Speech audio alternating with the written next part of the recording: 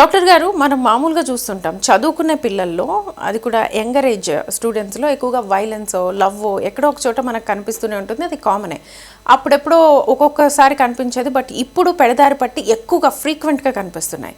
ఎందుకని?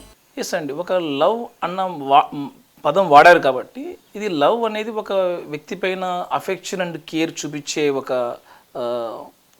రిలేషన్షిప్లో మనం ఆ వ్యక్తి ఉన్నప్పుడు, ఇంత అఫెక్షన్ ఒక లవ్ అండ్ కేర్కి ఆపోజిట్ ఎమోషన్ని వీళ్ళు అగ్రెషన్ లాగా ఎందుకు చూపిస్తున్నారు? అదే వ్యక్తి పైన కానీ, లేకుంటే ఆ ఇన్సిడెంట్ పేరు చెప్పుకొని తన వాళ్ళపైన కానీ, తన పైన కానీ చూసుకుంటున్నారు. అంటే ఇది ఒక తనకు ఈ ఎగ్జైట్మెంటు, ఆ వ్యక్తి యొక్క పరిచయము, ఆ వ్యక్తి యొక్క రిలేషన్షిప్ ఇంకో ఆపోజిట్ జెండర్ వల్ల వచ్చిన ఎగ్జైట్మెంటు మిస్ అయిపోతే, లేకుంటే ఎక్స్పెక్టెడ్ తగ్గట్టు దొరకకపోతే, తను ఎంతగా చెబుతున్నాడంటే తనకు ఎక్స్ట్రీమ్ థింకింగ్ వెళ్ళిపోవడం. అంటే తనకు అనుకున్నది జరగకపోతే తనను కోసుకోవడం, లేకుంటే వేరే వాళ్ళన్నా కోసేయడము, లేకుంటే అగ్రెషన్ చేయడము, ఇంత ఎక్కువ చూపిస్తున్నారంటే పర్సనాలిటీని వీళ్ళు ఎక్స్ట్రీమ్ థింకింగ్లో చూస్తున్నట్టే.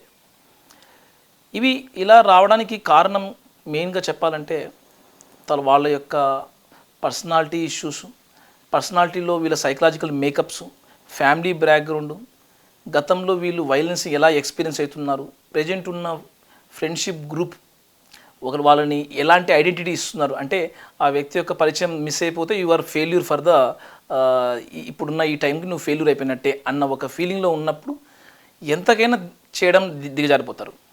దీనిలో రాంగ్ సైడ్ అంటే యాంటీ సోషల్గా కూడా, అంటే వేరే వ్యక్తి యొక్క రైట్స్ ఆఫ్ లివింగ్ని బేఖాతరు చేసి అగ్రెషన్ని చూపిస్తున్నారంటే ఇది ఒక రకంగా కండక్ట్ ప్రాబ్లం.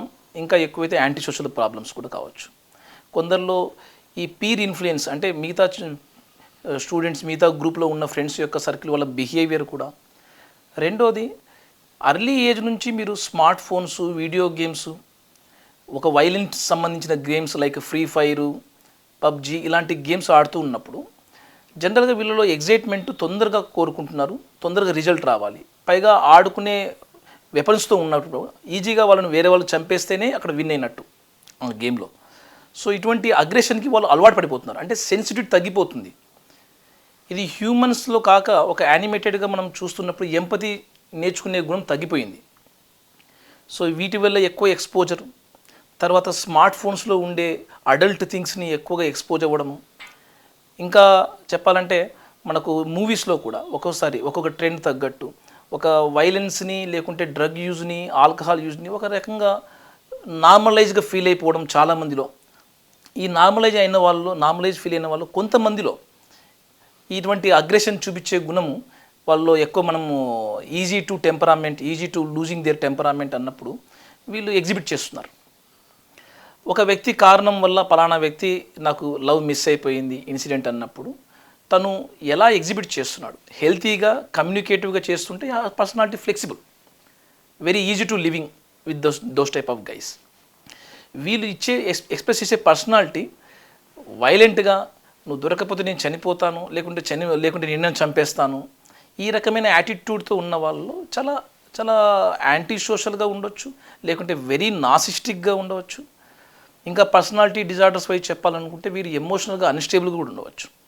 అంటే ఒకసారి వాల్యుయేషన్ ఇచ్చిన వ్యక్తిని వెంటనే ఒక ఇన్సిడెంట్ జరిగిన వెంటనే డీవాల్యుయేషన్ చేసేసుకోవడం. సో ఈ రకమైన టెండెన్సీస్ ఉన్న వాళ్ళు మనకు ఎక్కువగా క్రైమ్లు రికార్డ్ జరుగుతూ ఉంటుంది.